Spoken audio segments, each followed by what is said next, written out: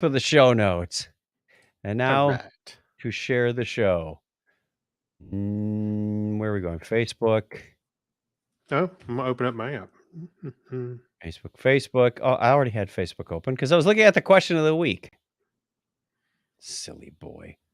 No, I don't want to contact Facebook. I want, once again, a terrific opening shot of us in mid-word. Okay, let's go to my profile and share. Ladies and gentlemen, just pay attention. We're just doing the pre-show stuff. Share now public. Okay. We good. And I needed that open again. Okay, back to the question of the week. And Wait, what shirt do you have on? I think I recognize that one. My glow-in-the-dark Nikola Tesla shirt. That's cool. I don't think I've seen that one. I bought it at Dragon Con. Did you? Oh, maybe I didn't. Oh, okay. Maybe I didn't see you put it on or anything. Yeah, the letters glow in the dark. I turned off the camera, Okay. but it'll auto adjust, and then You recognize this one, right? yes.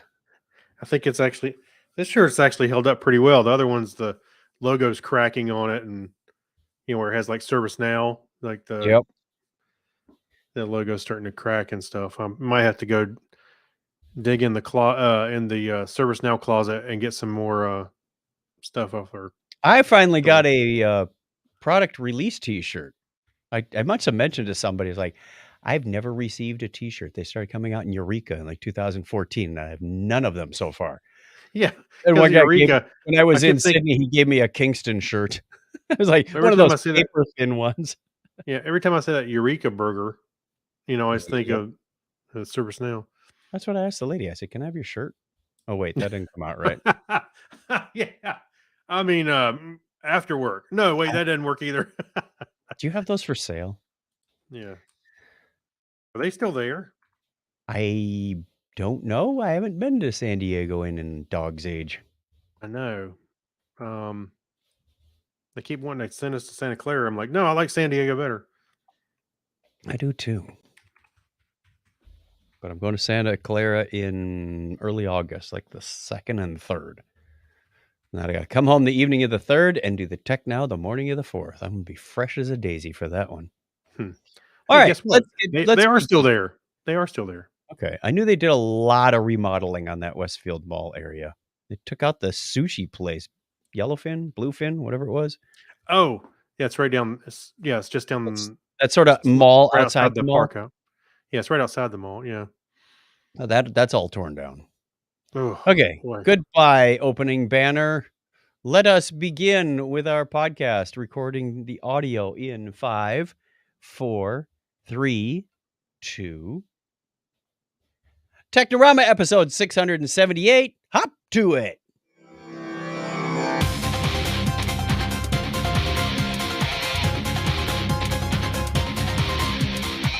Hello and welcome to Technorama, the show that takes a lighthearted look at tech, science, sci-fi, and all things geek. If you're joining us for the first time, thank you. Welcome. Thank you for watching. Thank you for listening. And if you're returning, welcome back. I appreciate it greatly. We appreciate it greatly, which implies there's another person here. Of course, longtime listeners will know this. New listeners and viewers will, well, you can see them right over there. It's Craig Stepp. How are you, Craig? I'm doing good, man. Wow, what an intro. I think that's the longest intro I've gotten on this show since we started the thing. Goes around and around. I know. You were saying you're listening to episode 27 recently. Yeah. I was going to say that. Okay, what's changed and what stayed the same after all these years? Because episode 27, if I do my math correctly, probably would have been about August, September of 2005. No, July. It was actually in July. Oh man, it was we were doing 2 a week back then. Yeah, we were doing 2 a week. I don't know. It seems like, audio quality notwithstanding. Yeah. I think a lot of it. I feel like my voice is a little bit better. I feel like I talk a little bit better on the show rather than I did before. I don't know. And maybe it had to do with a lot of the Skype stuff that we were doing, because Skype was ultra laggy and sometimes it required a lot of editing, or things just didn't sound right. So That's probably I part of think it. that's why we started doing double enders so we could align them better. Yeah, and then that was also editing. That takes a while. Yeah. It takes a little while. Or could. The thing about double enders, if you don't know, if you're not in the podcast, framework here, the double enders, I would record myself and Chuck would record himself, and then I would take the two and line them up, and it could sound really good, but if there was lag or something was off just a little bit, I'd have to go find the places where it starts to drift and then Yep. straighten it out. Cut Yep. out a little bit here and there. So sometimes that was just aggravating. So We I'm didn't glad have we the don't have to do history that anymore. segment back then. Did not have the history segment. We There ended was up no doing Lenny. This Week in Tech for a long time instead of the history, and we just changed up straight up history because there's so many Yeah. Nobel Prize laureates and Well, other cool stuff. yeah, other cool stuff. So, but no, I We don't didn't know. have We really patrons. think thing changed. Some things are pretty much the same. All right. It's still out there if you really want to go back into the archives. Yeah. What compelled you to do that? I was watching. You ever seen Marquez Brownlee? He does the MKBHD channel. He reviews Yes. phones and stuff.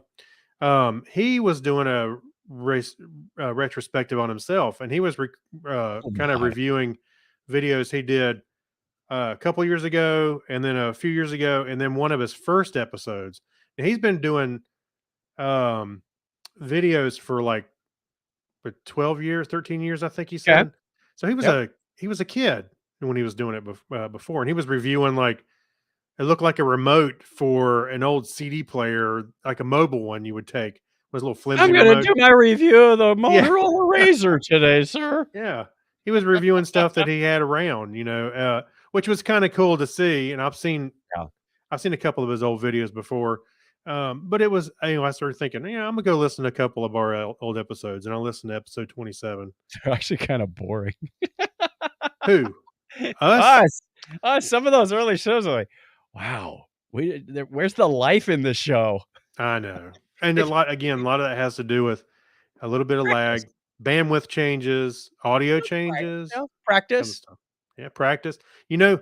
For a long time, because of that lag, I would go back and listen to our shows, trying to work on my timing, with whatever you were saying. So Mhm. I was trying to learn your idiosyncrasies, and then I would kind of be able to interject and stuff to make it sound natural. And so, yes, I did listen to our shows a lot back in the day. So, I will say you did a great job. That's one thing that I can always say that I recognized way back when. I was like, man, Craig's got a really good sense of timing. well, thank you. I appreciate it. Well, you do too. You're not too bad Thank yourself. you. We do talk over each other occasionally, but I No, we think don't. our listeners they can figure this out. We have been doing this seriously too long. If we can interleave that, oh boy, that's funny. John Miller Jr. says sponsored by something. I There like you go. Thanks. it. Nacho snarkness. Yeah. Love that movie. Yeah. That's the All title right. of our movie when we finally make one about Let's do ourselves. some feedback. We had a question last week. I want to know what people had to say. All right. Letters. Oh, we got letters. We get your letters every day. Mailman, mail today. Reach right in and pull one out. Those letters, I love those letters. Let's find out what you got to say. Oh boy. Mailman, mail today. Oh, one more question. By July, were we still using Fire on High from ELO as our intro music? Or No, did we we're skip using over the one Victor made us? it was the retro encabulator thing. Okay, that might have been the one that Victor made. Yeah, Oh, yeah. he loaned us some music from Simpatico wow. Yeah. I think think we're that it using may be Fire on High for like a month. Yeah, if you hadn't seen it, go look for the video, go the retro encabulator. You can find it. We thought it was hilarious. The guy was just reeling off all these technical terms and just went on for a seamless It's 12 mythical. minutes, it seems like. A mythical, yeah. So, Rockwell International introduces their retro encabulator with Yeah, that's right. preambulated famulite, words like that. So we cut it up and had some bed music and stuff. Yeah, we used it for a while. Alrighty, it had long intro. Mm-hmm. We significantly shortened them up. Okay, that was one thing. Yes, the intros are too long. We had long. It was a long time before you heard our voices talking to you. We learned that. That was something that I think Amy came back with from one of the podcast expo meetup things. And she said, here's a lesson we learned. And I went, great lesson. And that's when we went to the 10-second intro. Well, I think for shows like this, there's lessons to be learned from the way they produce radio. I mean, they've been doing it for over 100 years. So I figured there's got to be some things to take away. And having little intros and stuff and breaks.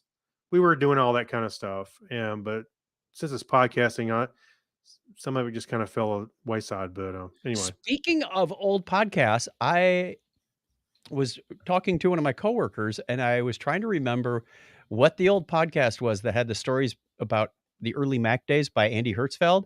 Mm-hmm. Finally remembered it. It's called Macintosh Folklore Radio. Okay. And it's still around and he's still producing. It's now called Mac Folklore Radio. Okay. And his older episodes are in an archive. So I went and grabbed those and I'm kind of going through. He had a longer intro too. I mean, you'd hear it wasn't quite as 15 long. 15 minutes later. It was about 10 seconds because you'd hear the floppy disk insert and you hear it would run for a little bit. Then you'd hear this music and then he'd finally say Macintosh Folklore Radio, written in red by Derek. And now it's just like insert, ding. Yeah. Mac Folklore Radio. He's cut it from about 30 seconds down to about 8. So it was, everybody's doing it. Well, I still like I mentioned, some of the lessons from radio about breaks and intros and stuff. But over time, we learned that you can do a lot more with a lot less. So we do a shorter intro and call it. Meanwhile, we still haven't got to our question of the week. Do what? Oh, yeah, that's right. Speaking about getting to the point. Yeah. Question of the week last week was, what's your comfort series that you would watch over and over again? We got quite a few comments on this one. We did. Mike Robeson says, Firefly, The Lex, The Almighty Johnsons, The Lone Gunman, parts of SG Atlantis, BBC. Parts of SG Atlantis. What did I say? Parts of it. Oh, yeah, parts of SG. Yeah, BBC's Hitchhiker's Guide to the Galaxy. I do watch that from time to time. And Dead Like Me. John Miller Jr. says, House, MD, Knight Rider, Disney's Gargoyles, Star Trek The Next Generation. Yeah. Actually, one thing about this question, I had mine, which I didn't really put it in here, was I meant to say like when you're sick or something like that. You're just kind of downtime. Or stuck in Australia. Or stuck in Australia, and sick, like you were. That's right. Yeah, you were both. Let's see. Lone Guy's Night. Yeah, go ahead. This has changed, but if I had to pick one, I did the most. It would be Buck Rogers in the 25th Century. Really? Okay. Okay. Man, I haven't watched that in a long time. May have to go check that out. Brian Parker. I'm scared at how well it may not have aged. Yeah, I don't think that one was quite as timeless as probably like Star Trek, TNG or something. You skipped Steve London. I'm sorry. Oh no, that's exactly what he said. Oh, I know this one. He says Firefly, of course. Yes, SG1. We need the desk bell for Firefly. Yeah, Firefly. SG1, SGA, HGU, which are all. Sounds like you're ordering part numbers or something. Yeah. What's the serial number, sir? SG1, SGA. Band of Brothers, The Unit, SEAL Team 6, MASH, which he says has not aged as well. Really? Okay. And, I thought maybe it's the way they treated women. Well, even then, that's kind of the way it was in the day. I don't know. And GOT is a GOT. GOT. I know what you're doing. Yeah. Game of Thrones. Thank you. Oh, yes. As a strong candidate, and I haven't rewatched it, but I haven't been ill enough to rewatch. See, he got the ill part. Yeah. I don't know where I would rewatch it. I don't have HBO Max. Oh, well. All right. Brian Parker says Scrubs and Brooklyn Nine-Nine. Interesting. I did like Brooklyn Nine-Nine. That's a funny show. Weber Baker says Star Trek the original, and Denise Inglis says all the Star Treks. All the Star Treks, we even did the have some animated series, even Star Trek V, The Final Frontier. Go Cybot. Gary Lindros wrote on my post. He says, besides Trek and B5, Get Smart, which is one we haven't seen in the list here. Get Smart. Yeah. He said, although I'd admit streaming series catch me quicker a bit more lately because it's easier to just throw it in there, but he likes popping it into the DVD player. Certain streaming series are now doing like every Friday you get a new episode. So they're not dumping a season on you anymore. Okay. Yeah. The Boys is like that. Obviously, Star Trek. Oh, has been you mean that. weekly release? Yeah, weekly release. Oh, gotcha. I got one from Greg Spear. He said MASH and Fraser, which Steve London jumped. He says Greg Spear, but MASH hasn't aged well. Man, Steve, get on that horse, man. Wow. Appreciate the conversation. That was a lot of fun. We've got another one for you at the end. Imagine everywhere on Twitter, anywhere on the internet, somebody goes, "Hey, I used to like MASH. Hey, but it has an H wheel." Here comes Steve. He's got a Google alert for MASH. Even with the M asterisk A asterisk S. That's right. All right, we're gonna put away the letters. Straighten up the desk.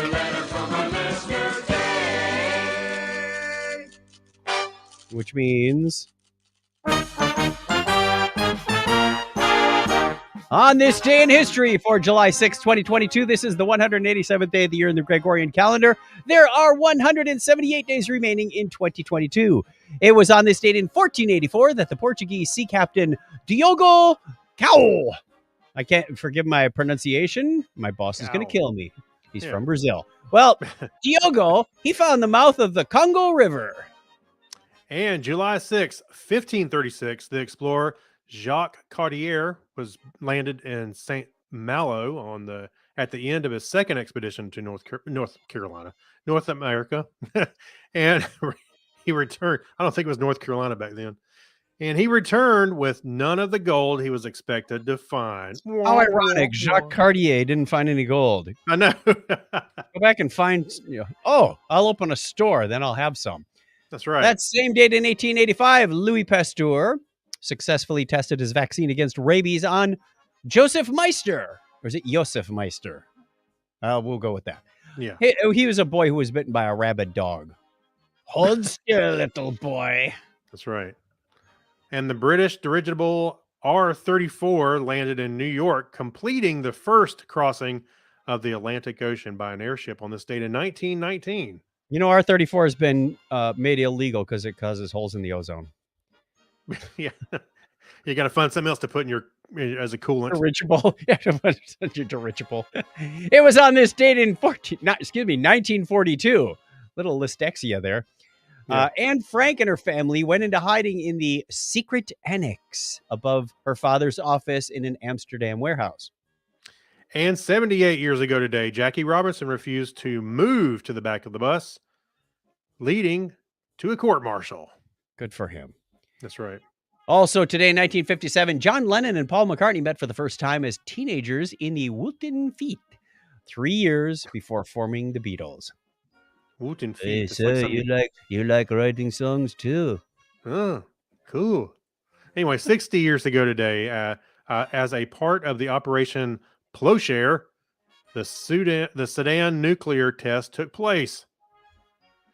Okay. I think it was And then Godzilla showed up.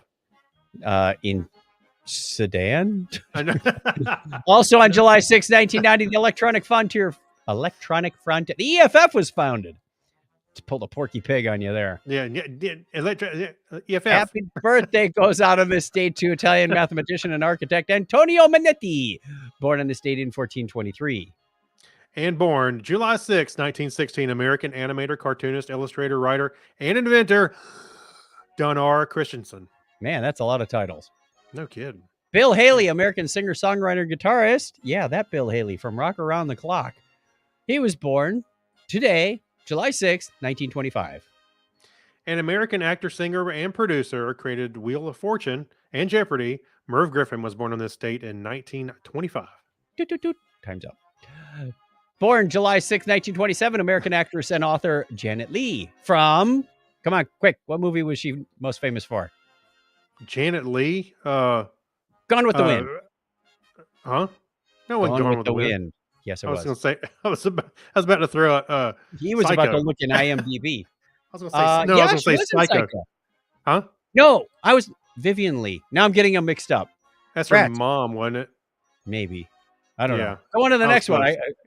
I can tell you what movie I know him from. Oh, Ned Beatty, the American actor, was born 85 years ago today. Deliverance. I was going with Superman. Yeah. Are we going to edit Ababa, Mr. Luthor? American actor, director, and screenwriter. Sylvester Stallone is 76 today. Adrian! Also turning birthday candles. Yeah. Bluey's out. Also turning 76 today is American businessman and politician, 43rd president of the United States, George W. Bush. So Sylvester Stallone and George W. Bush are the exact same age. Wow. Yeah, they sure are. Listener birthdays this week include July 6th is Peter. It says 1982 Sweden. I don't know if that's a band or what, but there's only one Peter in Sweden, so he must sure be we can narrow it down. 40 years old today. Good on you, buddy. Good on you. He was a much younger man when we started this podcast. 4 beautiful birthdays on the 8th. Trampus Whiteman. Mark Lee. Start date -351,519.09. That's beautiful, man. I think that's a dash, not a minus. Alan Ralph. And Craig's wife, Kim Edie. We don't put star date on her name. No, that's right. July 10th, our good old buddy Kevin Devon. And the 11th is Stephen Trax. We'll go with that. The 12th has 2 birthdays, Shatterbird 712. Wow, we haven't heard from him in a while, have we? I know. We got to send the rescue party out. He even put a URL in here, which I suspect may or may not be working. Shadowbirdsrandomcrap.blogspot.com. Sorry for the cheap plug, y'all. And longtime listener to the show, July 12th, Francois Pominville, a.k.a. Bookaroo. Haven't heard from him. That's the way it was on this day for July 6th, 2022. And out goes the music. Put up the birthday banner while I fix this. Oh, yeah. All right, if you want to get your name on the birthday calendar, you can go over to chuckjet.com/birthday, and we will give you a shout out. Make this list so long we have to dedicate its own show to it. We'd love that. Right. If you did that. You could apparently you can put your wife's name on there. Craig. Yeah, who does that? Oh, wait. Are you getting I'm not going to mention any initials, Craig Stepp. Yeah, that's right. Did you remember a gift? Of course yes, of course I did.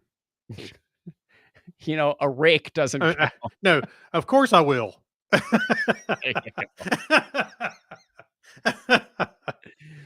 All right, we have some actual factual news to cover. So let's do this one. Good news, crybabies. And it's a rather appropriate opening for this one. Yeah. Harvard, the actual Harvard University, they developed an AI that identifies the shortest path to human happiness. Now, what they did is they put together some models. They took a test. It's interesting because they say this is, there's 2 different kinds of machine learning. There's supervised and unsupervised. And they called this supervised, but yet they fed it a whole bunch of models to train it. Isn't that what supervised learning is? I guess I would assume so. Otherwise, it would go out looking for itself, right?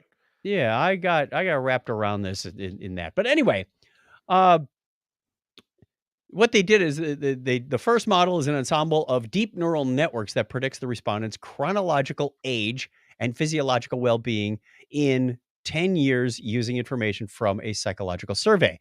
It determines that the capacity, after they did this study, it was interesting, and I don't necessarily agree. This is a generalization, obviously. The capacity to form meaningful connections as well as mental autonomy and environmental mastery develops with age. Okay, there are certain things that get better as you get older. It also suggests that the emphasis on personal progress is constantly declining, but the sense of having a purpose in life only fades after the age 40 to 50. I went, What? Wait a minute. I think I got more purpose in life at 50 than I did when I was 20. Clearly. Fades. Okay, I guess we're washed up now, right, Chuck? The emphasis on personal progress, maybe I can kind of understand that you're going, I'm getting close to retirement. Maybe I don't need that master's degree and spend evenings and evenings away from the family. So Right. there's different factors that contribute in here. So obviously it's a generalization.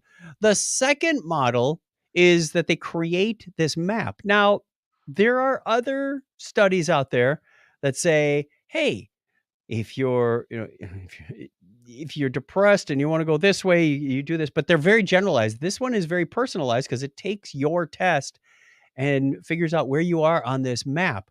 Says this unsupervised learning algorithm splits all respondents into clusters depending on their likelihood of developing depression, and it determines the shortest path toward a cluster of mentality stability for any individual. There is an embedded video if you go into episode 678 over at chuckchat.com/technorama. Where's the bell? There it is. Yeah. Dr. Alex, I'm not even going to try it. Okay, I'll try it.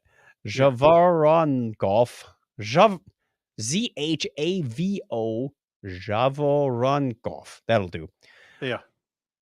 He says, existing mental health applications offer genetic advice that applies to everyone and fits one. We've built a system that's scientifically sound and offers superior personalization.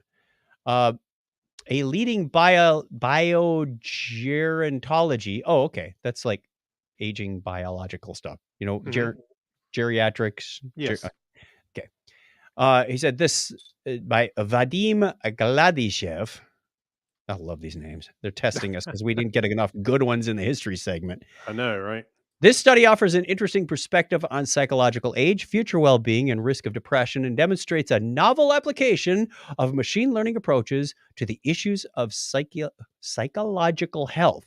It also broadens how we view aging and transitions through life stages and emotional states. I thought this was kind of cool. It's like one step. They started up this website, and you can go and take this test for free and see where you fit. I'm not sure how it determines where you want to be on this map. It almost looks like a heat map. Yeah, or topo. Probably like a 25 by 25. Yeah, or topological. They even said there's valleys and there's canyons and there's hills and there's peaks. Hey, it just reflects life. Valleys and peaks and ups and downs. And in-laws. Yeah. Take that one up and a down. I don't know which way you want to go. I like these kinds of applications for AI for the betterment of humanity. Yeah. That was pretty cool. No, that's pretty good. I just hope it doesn't become sentient and be able to read everybody really too well. I think Google's already figured that out. Right. All right, next story. All right. So I actually put this one in here. I meant to put it a little bit lower in the show notes, but I'm going to talk about it anyway. So this is a teenager took this incredible picture of a moon, and it is pretty amazing. And he did it on the cheap too. So he used I'm calling shenanigans. There's no clouds around the moon. Well, I think the clouds. It looks like one of those, 1940s movies. We're going to send a man to the moon. Yeah. I'm ready for a little toy plane to go fly in front of it. Flash Gordon with a sparkler on a string. Yeah.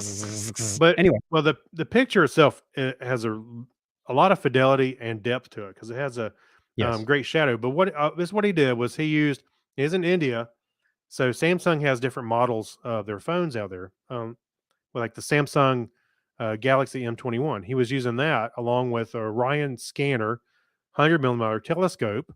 He had a Sony Baro lens, 10mm eyepiece, and a smartphone adapter, so you can just put your phone right on it. And there's one picture in here. There's a picture in here that has the telescope and this table full of parts and wires. It was like, dude, well, that's not very instructional. Well, there's a wired remote there, and you can see some take the picture. Tape, a USB connection. There's the phone adapter. Okay. It looks like there's some spare parts in here too. There's a bunch of clips and yeah. It's like someone needs to work on their presentation. But really, yeah, you're right. But what's cool is the picture itself. Yeah. And he took several pictures. One was overexposed, one was underexposed, and basically he was compositing them in Photoshop and using the HDR function where it blends those elements together, those different exposures together, and you came out with this beautiful picture. I think he did a fantastic job. I'm But going to show on the screen. So there's the parts list. yeah, Make an inventory. There's at least 3 rolls of tape in there. yeah, There's the telescope, and yep. here's his moonshot. And I was kind of kidding. Here's a smaller version of it, but you can see, that's why I was calling shenanigans about the moon. It's I think obviously the clouds are in the foreground. I don't know. That one looks like it's going behind. You can't looks, see the clouds that are behind the moon. well, yeah, right. Well, regardless, it looks cool though. Yeah, that's like you said. There's some great fidelity. I know we're only showing this on 720p on our live stream, but very cool stuff. Mm-hmm. It is. So you can do this yourself. It's not very expensive. Like I said, the telescope was $150. You got a telescope. Not anymore. Oh, you don't have it anymore? Nope. Give it to my brother. Oh, well, I mean, okay, there's the one you had was motorized, right? So you could track the moon and other things. Yeah, but it wasn't always aligned right. So. Oh, really? And he said you didn't have to keep the shutter open that long to get the picture of the moon. Yeah, I imagine in the eyepiece, it's kind of bright. It is very bright. Yeah. So anyway, that's cool. Little experimentation, take you a long way. Beautiful picture if you get a chance. Again, episode 678, chuckchat.com/Technorama. All right. We also have, this one sounds like Minority Report is coming true. Oh my God, doesn't it? New algorithm can predict future crime a week in advance with 90% accuracy. Now, I'm not sure where I didn't see how they actually got that week in advance thing. I didn't see it called out anywhere in the article, but I may have read a little too quickly. But basically what this does is it's another machine learning thing that says, hey, what's happened in the past? And maybe we can predict what's going to happen in the future. It says it divides the city into spatial tiles roughly 1,000 feet across and predicts crime within those areas. Again, a little bit of heat map, and I'm sure it changes from day to day, season to season, that kind of thing. But they do caution. I said it's not like the only thing. You don't go, I think there's going to be a drug bust here. They categorize this into 2 types of crimes. There's the violent crimes, and then the what they also say the oh, come on, where is it? Violent crimes and property crimes. Yeah, so violent crimes would be homicides, assaults, and batteries. Property crimes would be burglaries, theft, grand theft auto, that kind of stuff. Right. They said, don't take this as the end all be all. It should be used as it should be added to the toolbox of urban polices and policing strategies to address crime. That being said, the research team also studied the police response to crime by analyzing a number of arrests following incidents and compared those to the rates. They said there is a bias in here. There's a potential for police bias to still stay in here. Even if the machine says there's a high likelihood that there's going to be, let's say, a property crime or violent crime in this particular area, the police are going to assess that like, yeah, those happen all the time. Or what was amazing, I can't remember if you said it, but the accuracy was up to about 1,000 feet. Yeah. I was like, wow. Could be you, could be your neighbor that gets broken into. Yeah, well, yeah. you know that reminds me or a lot. Well, that reminds me, my neighbor had a tool truck. He used to sell tools, and he would park it and where his driveway is sort of near my house. It's on the side of the house. And I noticed his alarm went off one time, and I went over and told him, and he was able to cut it off. It went off again. And then the police came, and I said, no, it's my neighbor's truck. And they came again. They kept thinking it was my address because the truck was so close to the house. That was the address the GPS was giving them. I was like, oh, no. I wonder if you made this available to the public, if it would become a self-fulfilling prophecy. Like, there's a likelihood of a violent crime in your neighborhood in the next 2 nights. So everybody gets out their guns and sits on the front porch. I'll show him. I'll do it in 3. Right. I'll do it tonight. Bang. I swear he was coming right at me. And the police computer's like, he's going to do it in 2 nights. No, wait, tonight. Oh, we're wrong. It was 1,000 feet to the left. That was a little freaky, though. I think that the computer is going to be predicting that stuff. But anyway, hey, let's give a shout out to the chat room. We've got a few people hanging out with us on this Sunday night. We've got John Miller Jr. and Mike Robeson, a couple of reliable people here. They show up on Sunday nights, join with us in this party we call Technorama, Sunday nights at 9:30 Eastern time. So whatever that is in your part of the world, we'd love it if you could join us too. If not, you can always catch it on the podcast in audio form on Wednesdays. This one will be coming out on July 6th. And well, it's available on YouTube and Facebook like right away. You don't even have to wait if you want to see some of the backstage shenanigans we get up to before and after we hit the record button. Hey, you can see what we're like right out of the oven. It's pretty much the same. Even when we cool, we're old and wrinkly. You might want to stop now. It's gonna remember when. All right. Oh, believe it or not, speaking about old and wrinkly, wow, right as we go into the remember when, we get an article about Atari. This is a rather long one. I'm not going to read through the whole thing, but Atari is now 50. Wait, we need the 50 years old. Yeah. Okay. Yeah, I remember when. This is before the 2600. You know, the 2600 wasn't even called the 2600. It was kind of like Star Trek Episode 4 was not called A New Hope right away. Yeah. Well, yeah, I'm trying to remember what I read. I read this, but I can't remember. It was originally called the Video Computer System or something really crazy. Yeah. But they did mention a few of our favorites in here, like computer space. Well, wait a minute. The name did. It was Atari VCS, wasn't it? The Video Computer System. Yep. Yeah. That's what it was called until 1982. So for 5 years, that's what they called it. So they go through the wonderful history about Nolan Bushnell, how he got his humble beginnings when he saw Space War, made his own version of computer space, a picture very much similar to the one we have from the Computer History Museum. Yes. They credited the images, not our image. I had to take a double take. I went, wait. Oh, yeah. I'm like, where's the lady in the dress? Oh, yeah, she was on the sign, the little placard. She is on the sign, yeah. She's right there in the yellow one. They talked about the arcades, the rise and fall. Interestingly enough, they also got into the computers, the Atari 400 with one of the world's worst membrane keyboards ever. Yes. The 800. This guy was pretty qualified, man. He was a diehard Atari fan. He even had an Atari 800 BBS, and we had one of those in our neighborhood too. Very fun read, though. You can get into a lot of this. There's also a good, I think it's a multi-parter, but I don't recall, on not how stuff works, tech stuff. Jonathan Strickland's podcast. He's done a wonderful coverage of Atari as well. Yes. Did he do that recently, or was that a rerun? I think he did a rerun, because I know the original was a while ago. But and as another bonus, there's a podcast called the IT Career Energizer Podcast. Okay. Phil Burgess.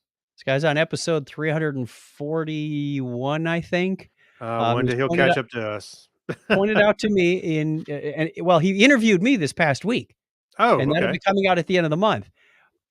So whenever somebody asks me to be on their podcast, I listen to the few back episodes. Well, just last week, he released an episode with Howard Scott Warshaw. Who is Howard Scott Warshaw, you may ask? Yeah. He's the guy who created one of the most, if not the most popular Atari title and the most infamous Atari title. The infamous one, I'm sure you can guess. E.T.? Yes. Okay.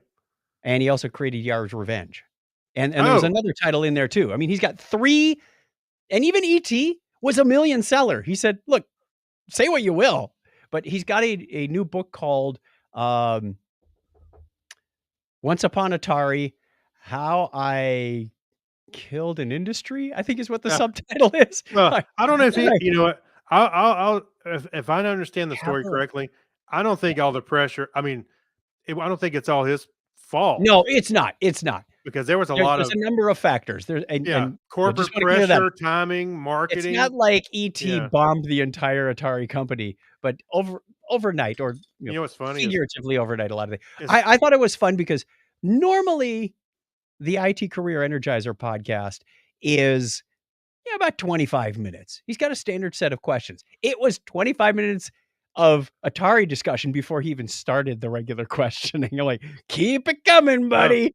Oh man, I would have been geeking out. So when I talked to him on Thursday, I said, "You're making me follow Howard Scott Warshaw." He goes, No, I'm recording a few in advance. Right. That was Well, fun. cool. Hey, by the way, you ought to let everybody know when your podcast is live. 3 weeks. I believe he said the 25th. Actually, they released midnight UK time, so 6:30 my time. I saw this week's come out just a moment ago. So yeah, a lot of fun. The IT Career Energizer podcast. We'll put it. I told them I'd socialize it on various social media things. Sure. A lot of fun. Good discussion about relationships and how they can accelerate or help your career. So that's a lot of fun. Atari is a lot of fun. What's not a lot of fun is poor Mr. Higgs. First of all, we're familiar with the Higgs boson, right? Yes, right. Yep. That's that particle that said, hey, this is where the universe and all the particles get their mass. Yep. Well, this guy is a really shy introvert. And he said the day they found the Higgs boson was pretty much the day his life went down the toilet. Well, lucky for us, he's like 91 years old. Well, yeah. He theorized this thing back. He predicted it back in 1964. And he's the kind of guy who works quietly in the corner, does his own thing for a couple of years and goes, hey, I think I've got an idea, or I solved a problem, or, this kind of thing. And then he said, let's see. He said, one of the biggest shocks I had when I was interviewing him, this is from Scientific America, is when he said the discovery of the boson ruined his life. I thought, how can it ruin your life when you've done something beautiful in mathematics? And then it turns out that it had mysteriously touched the pulse of nature, and everything you've believed has been shown to be correct, and you've won a Nobel Prize. How can these things amount to ruin? He said, you're winning. My relatively peaceful existence was ending. My style is to work in isolation and occasionally have a bright idea. He is a very retiring person who was being thrust into the limelight. And then he said, hey, Higgs has spent 2 or 3 years really trying to understand a particular problem. And because he had done that hard work, and he was still trying to deepen his understanding of this very profound concept, when a paper turned up on his desk posing a related question. Higgs happened to have the answer because of the work he had already done. He sometimes says, I'm primarily known for 3 weeks of my life. I say, yes, Peter, but you spent 2 years preparing for that moment. He said to me that his first the discovery of the Higgs boson came after 50 years after Higgs' prediction, and he said he never expected it to be found in his lifetime. What did it mean to him when that particle was finally detected? He said to me that his first reaction was one of relief that it was indeed confirmed. And at that moment, he knew that the particle existed after all, and he felt a profound sense of being moved that was really the way it was in nature. And then panic that his life was going to change. So that's kind of sad. It underscores the fact that not everybody wants the limelight. Not everybody, wants the fame and glory. I learned this when I was a manager years and years ago, that everybody has a different way of accepting praise. And some people want the ticker tape parade, and some people just want a quiet pat on the back in their small office and say, attaboy, keep up the good work. Thank you. Hey, did you mention the part where when they went to make the announcement, you see where they went? No, I missed that. He said he went to the pub. Yeah. When he shared the Nobel Prize in Physics the next year, Higgs left his home in Edinburgh and camped out at a pub across town on the day of the announcement so the prize committee wouldn't be able to reach him. Poor guy. I'd have bought him a pint. Go Arsenal! Right. That's right. Poor guy. Yeah, that is rather sad. You know, you maybe he should have used a pseudonym and not told anybody. Then it would be called what, the Hoggs boson? The Hoggs boson. As theorized by not Peter Hoggs, Paul Hoggs. Yeah, that's it.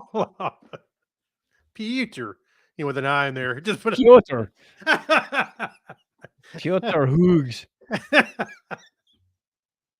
It's Dutch. Never mind. Yeah. Okay. All right. I think we just insulted somebody somewhere, but I'm not sure how or when. But if we Somebody's listening to our show going, "Why are they talking about me?" Yeah. If we've insulted you, then our job is done. That's right.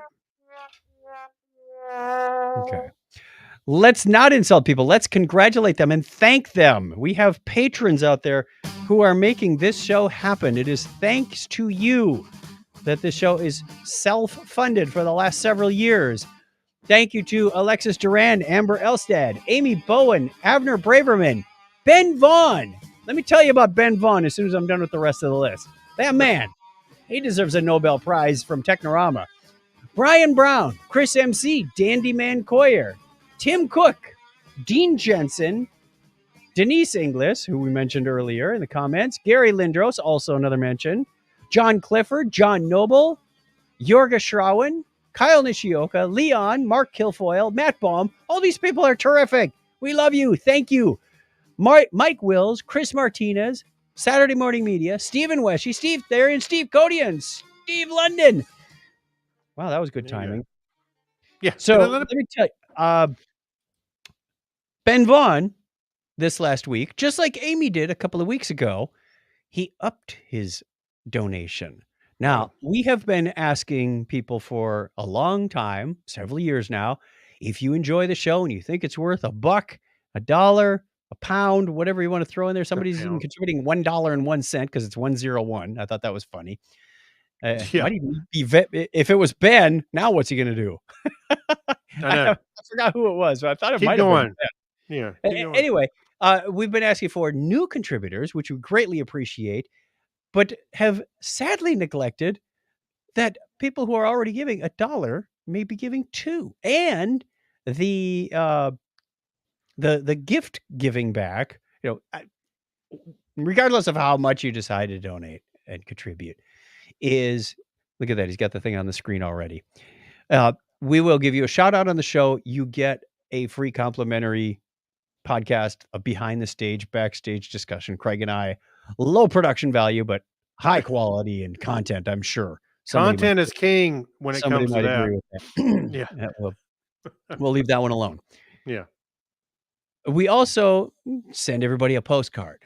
About once a year, Craig and I get together on a cruise or Dragon Con or something, and we get you that. But we have some other things tagged at higher levels. There's a $2 level, a $5 level, and I think we have a $10 level as well. I think there's a t-shirt in there somewhere. You can pledge as much as you want. I should have done a little better research and had the page in front of me to tell you what's available at each of these levels. But suffice it to say, Craig, we're going to have to order some t-shirts. I know. We're getting some serious contributions. Once again, thank you very much. If you want, if this sales pitch has fallen on deaf ears, never mind. But if you're interested in supporting this wonderful, well, some people think it's wonderful, 26 people think it's wonderful podcast, you can go to patreon.com/Technorama podcast, and we greatly appreciate it. That goes directly to the cost of the show. It's not anything else. We've got a domain registration coming up in August that needs to be renewed for 5 more years. That's part of it. There's bandwidth costs, there's streaming costs, there's software upgrade costs. Occasionally the headphones break down, things happen. And of course, all the postcards. So you too can be an enabler and, stage an intervention if you want. But yeah. But you can come on in, help us out. Thank you very much, everybody who has contributed and is contributing to the show. I know there are a few people that were contributing, but due to their financial situation, they had to cut back. So when things turn up again, we hope you'll reconsider and join the family again. Thank you. All right, on to Passing the Remote. We are really far into the show. We got 4 to go. Let's see if we can get through these fairly quickly. Where's our Hand me the remote music. There it is. Here you go. And now, a special. Where's it at? The remote. That just looks really. That was gross. Okay. Yeah. All right, let's alternate. I've got one I watched on Netflix called Interceptor. Action movie. Lady has to save the world. They're out on this platform in the middle of the Pacific. That is the last defense against Russian-launched missiles. Baddie people are launching missiles at the U.S., and Interceptor missiles are available, but they're trying to take over the Interceptor so they can't shoot them down. And there's one lady locked in the control room who's... It's kind of a Bruce Willis kind of story. I'm going to save the world, and she comes darn close. So it was all right. I mean, if you got nothing else to watch on a Saturday afternoon and you want an action movie, Interceptor might be for you. I'd probably give it about a 6 or 7 out of 10. Okay. Netflix, Interceptor. Okay, what do you got? Well, I went last week and saw Lightyear. Which that's the number of that's how far light travels in a year. That's right. We watched it. We watched it do it. No, actually, this is about, of course, Buzz Lightyear. I'm sure everybody knows by now. But at the beginning of the movie, there's a title. 30 years. You better. Well, at the beginning of the movie, it says there, Andy had a toy Buzz Lightyear. He liked it. I'm paraphrasing here. He liked it because his favorite movie was Lightyear, and this is that movie. That's what it says. Andy's got kids of his own now. Yeah. So this He's been through 2 divorces. Yeah. So Lightyear is about the person behind the toy, or that came ahead of the toy. And Tim Allen? No, it was not Tim Allen on there. It was Chris Evans was playing Buzz. What? Yeah. But it made why didn't Tim Allen play it? Well, to me it made sense because the voice is a slightly different, and this is supposed to be a real person, not the toy. So I don't know. I didn't have a problem with that. But it's animated. But it's a real person. Well, it's about the person that the toy was based on. So that's what I was getting at. So anyway. Oh, wait. It was... Andy saw a movie called Lightyear. He got the toy that went along with the movie. Okay, so I understand Andy's toy was merchandising for a movie. Yeah. And that was still science fiction. It's not based on a real person. Right. Well, I mean, yeah. I mean, in their world, it is. Okay. So anyway, I thought I thoroughly enjoyed it. I thought it was great. I don't know why it didn't do better in the theaters. I think our friend Joe Fiore said that he thought that a lot of people understood that it was not in theaters. He thought it was on Disney Plus or going to be on Disney Plus. Right. They kind of cannibalized their own theater, which is a missed opportunity because it was a fun movie. They needed commercials that said in theaters only. In big letters. Yeah. Well, I understood that, but anyway, it was really good. If you get a chance to see it on Disney Plus or in the theater, it's still there. It's still out there. Go check it out. All right. I watched one series on Netflix. This is a Brazilian movie with overdubs and subtitles, and one of those movies where the subtitles don't always match the overdubs. Exactly. Like our old shows we were talking about with Skype and the lag. Yeah. It's called Omniscient. OMNISCIENT. It's about a company it's actually a city that a company has created these tiny little drones. I mean, barely the size of a dragonfly. Okay. And they buzz around you. Everybody has a personal little avatar, kind of like, linked. No, Link in crap. What's the old adventure game? The dude walking around with the crystal that follows him around. Minecraft? Not Minecraft. They're on a mental blank. It was like a Nintendo game. Someone in the chat can help me out. But anyway, I'm sure John Moe Jr. would know. It probably will. That's what I'm counting on in about 20 seconds. Anyway, they follow you around, and the idea is if you're always being watched, crime will go down because nobody's going to commit a crime because they know they'll be caught. They'll know that AI is going to call them out. Right, and they start analyzing your behavior. So they go, "Oh, this is suspect behavior. This is out of I was looking for his comment. He didn't comment on it yet. But humans don't have access to the actual footage. They only have access to the metadata. So it brings up a whole bunch of interesting questions because this girl and her brother, their dad is killed, but there's no footage. I mean, nobody can even admit it's a crime. And because the system is perfect, according to the Omniscient people, the company that owns all these robots, there was never a crime. Your dad died of natural causes. Yeah, a bullet to the chest is a natural cause. You know, so Yeah. they're trying to figure out what the story is with all this and uncover. But the company wants to, hey, we're landing a contract in Hong Kong next week. So it's an interesting movie. It was a bit long. I'm sorry, it was a series of 4, I want to say. Okay. Another one of these that was a bit long. They could have tightened it up. But it was fascinating from almost from like a Philip K. Dick perspective. Like, I wonder what would happen if we had that. All right. So Omniscient on Netflix. All right. The next thing I watched, which I know what your reaction is going to be, was Beavis and Butthead Do the Universe. Zelda. Sorry, that was the game I was trying. Oh, Zelda, yeah. So Beavis and Butthead, I had a kind of a fascination with them because we didn't have MTV on my local cable network here in town. They deemed it morally corrupt, which I was like, everything that was on there, it was pretty much. Craig lives in a dry county too. Yeah, felt like it. But anyway, so I didn't get to see it. And Instead- anytime I got Beavis and Butthead will not be seen tonight. Instead, we are preempting it with an episode rerun of Lawrence Welk. Yeah, I Love Lucy. So anyway, so then anytime I got to see it was when if somebody had a videotape of it, or maybe I was out of town.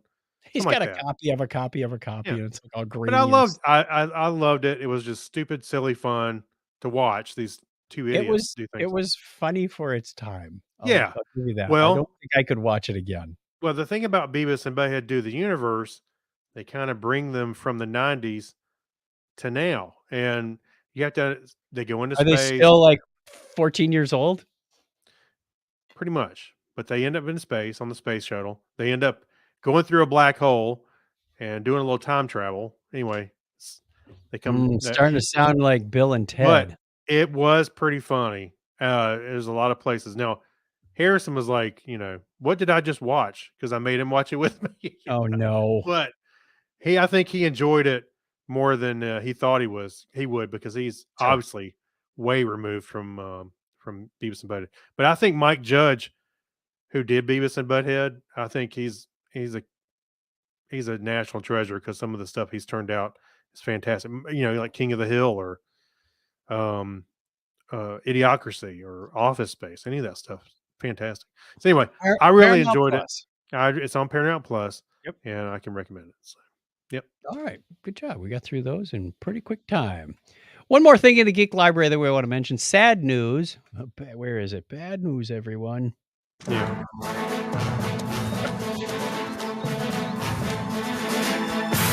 Bad news, fancy men. Well, the bad news: Drug Drexler, whom we know from the Star Trek universe, doing makeup and set design and a whole bunch of other things.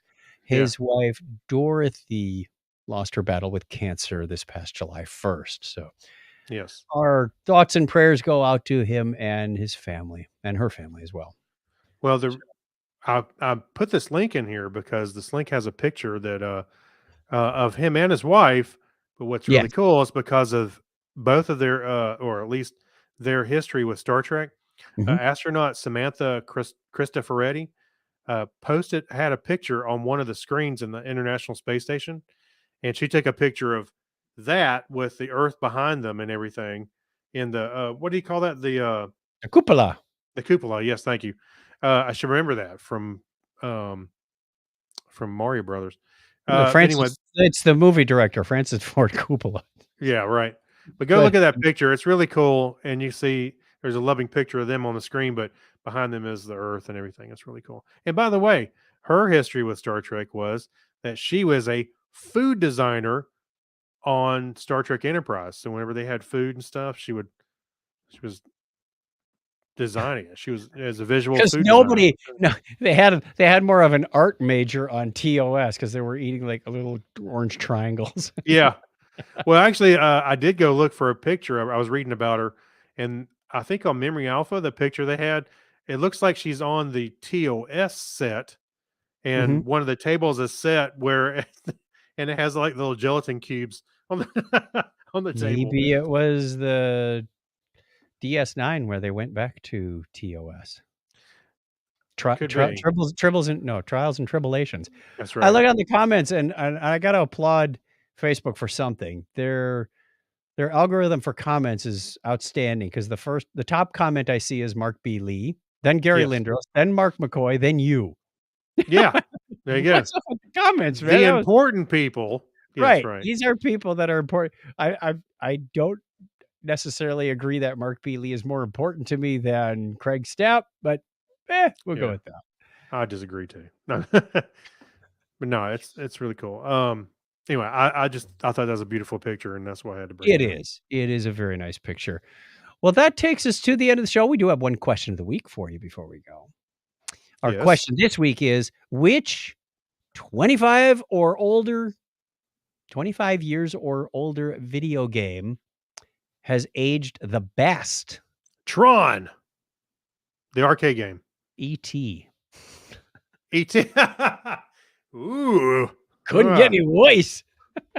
Yeah. All right, we want to know what your Actually, I think it's remembered more fondly than it was back then. I don't know. Yeah, and I think that's going to come up with a lot of things. If somebody says like the old Wolfenstein, the original Wolfenstein on the Apple II, like I don't know that that's aged well. It just has nostalgia factor going for it. Yeah. But which Well- ones still hold? 25 years, 1997 or earlier. Would you jump into a Star Wars video game? Well- The sit down kind and play it? I think that would hold up well. Yeah, I'll tell you one. What was it? TIE Fighter. Remember Star Wars TIE Fighter that came out in the Mhm. mid 90s, or maybe it's a little late 90s, maybe a little bit later, but man, the flight physics on that were great. That was a great game. You can get it on what's that GOG, the great old game, the GOG.com, I think it is. He's Where they looking have it the up. Well, it does good old that. games. Oh, the good old games. They have vintage games that you can play on your computer, but you pay for them. But they're not expensive, so you can go play. With that, we're going to tell people how to get a hold of us, and we're going to get out of here. How's that sound? Okie dokie. All right, play the long outro because we need some time to tell them this stuff. So thank you very much for joining us. If you missed us on the live stream, don't forget Sunday nights at 9:30 Eastern Time. Quick note, there will not be a live stream next week, July 10th. I will be out of town. Oh, So we'll be back on the 17th with more Technorama fun. If you want to get a hold of us, in the meantime, answering our question or whatever, 707-530-2428 is the number, 707-530-chat, or email us. We missed Kyle's email this week. Darn it, he had an email to an earlier response. I'm sorry. We'll get that next time. We'll get that next time. Technorama at chuckchat.com. He wrote us one. Until next week or until next show, give me a binary high five, Craig. All right, 101. Thanks for hanging out with us. Stay safe.